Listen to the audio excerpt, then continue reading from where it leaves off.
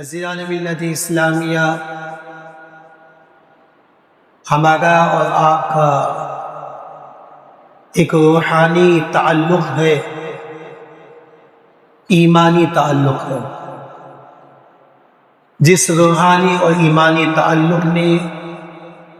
ہمیں آپس میں ایک دوسرے سے جوڑ کر رکھا ہے۔ اللہ کے حبیب صلی اللہ تعالی علیہ وسلم نے ارشاد فرمایا، ایک مومن اور دوسرے مومن کی مثال دیتے ہوئے مثال دی اللہ کے حبیب صلی اللہ تعالی وسلم نے جسم سے اس کی مثال دی اور ارشاد فرمایا کہ جسم کے کسی ایک حصے کو اگر تکلیف لاحق ہوتی ہے تو پورا جسم بے چین ہو جاتا ہے۔ مثال کے طور پر ہمارے سر میں درد ہو، یا ہماری آنکھ میں تکلیف ہو، یا ہماری پیٹ میں تکلیف ہو، تو تکلیف تو سر میں ہوتی ہے، لیکن جسم کے دیگر اعضاء بھی بے چین و پریشان ہو جاتے ہیں۔ تکلیف تو آنکھ میں ہوتی ہے، لیکن پورا جسم بے چین اور پریشان ہو جاتا ہے۔ تکلیف تو کان میں ہوتی ہے، پورے جسم کو سکون نہیں ملتا۔ تکلیف پیٹ میں ہوتی ہے، جسم کو راحت نہیں ملتی، انسان کروٹیں بدلتا ہے اور چین کی نیند اسے نہیں آتی۔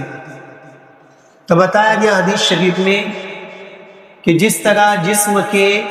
پورے اعضاء جسم کا حصہ ہے اور اس کے کسی ایک عضو کو، کسی ایک حصے کو تکلیف پہنچ جائے تو پورا جسم بے چین ہو جاتا ہے، اس کو سکون نہیں ملتا۔ اسی طرح ایمان والے بھی آپس میں ایک جسم کی طرح ہے، تو کسی ایک ایمان والے کو بھی اگر تکلیف پہنچے تو اس کا درد ہر مومن کو محسوس ہونا چاہیے، اس کی تکلیف کا احساس ہر بندے مومن کو ہونا چاہیے۔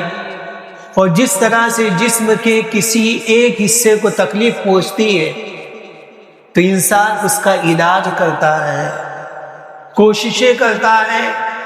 کہ جسم کے جس حصے کو تکلیف پہنچی ہے اس حصے کو راحت مل جائے، تاکہ میرے جسم کو سکون مل جائے، اور اس کو راحت پہنچانے کے لیے وہ کوششیں کرتا ہے۔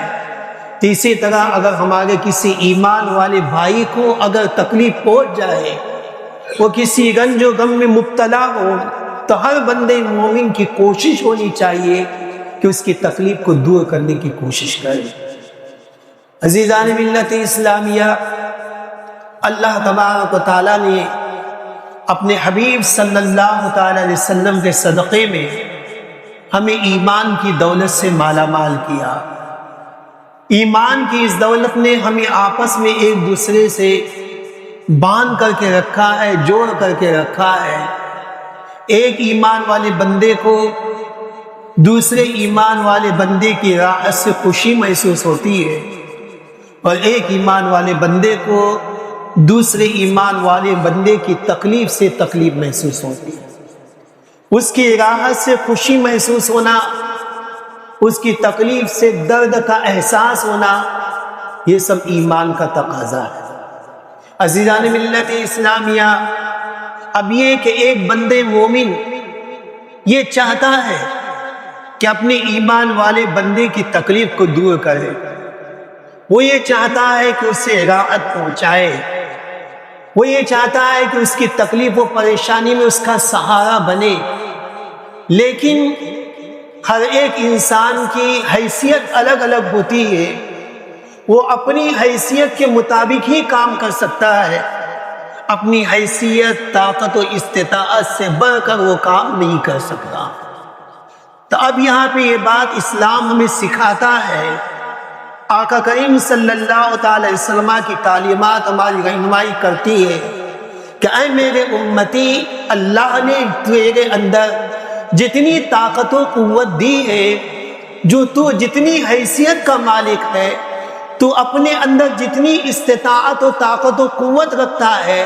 تو اپنی اس استطاعت کے مطابق تو اپنے ایمان والے بھائی کو فائدہ پہنچانے کی کوشش کر. اللہ تیرے دل کی کیفیت کو جاننے والا ہے، اللہ اس پر تجھے اجر و ثواب عطا فرمائے. اللہ تبارک و تعالیٰ کے حبیب صلی اللہ تعالی علیہ وسلم نے کتنا بڑا انعام ہمیں عطا فرمایا، کتنی بڑی بشارت عطا فرمائی. مصطفیٰ جان رحمت صلی اللہ تعالی علیہ وسلم ارشاد فرماتے حدیث مبارک میں کہ جو اپنے ایمان والے بندے کی دنیا کی تکالیف میں سے کسی تکلیف کو دور کر دے گا، جو اپنے ایمان والے بھائی کی دنیا کی تکالیف میں سے کسی تکلیف کو دور کر دے گا تو اللہ تعالیٰ کل قیامت کے دن قیامت کی تکلیفوں کو اس کو سے دور فرما رہا ہے. کتنا بڑا انعام اللہ تعالیٰ ہمیں دے گا. وہ قیامت کا دن کہ جس قیامت کے دن نفسی نفسی کا عالم ہوگا، لوگوں کو اپنی پڑی ہوئی ہوگی، سورج سوا نیزی پہ آ جائے گا.